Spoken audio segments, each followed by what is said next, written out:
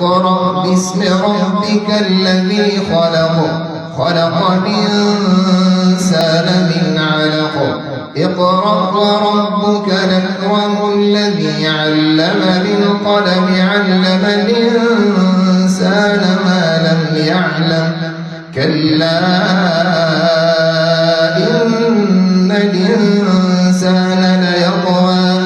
أن رآه استغنى إن إلى ربك الرجعى أرأيت الذي ينهى عبدا إذا صلى أرأيت إن كان على الهدى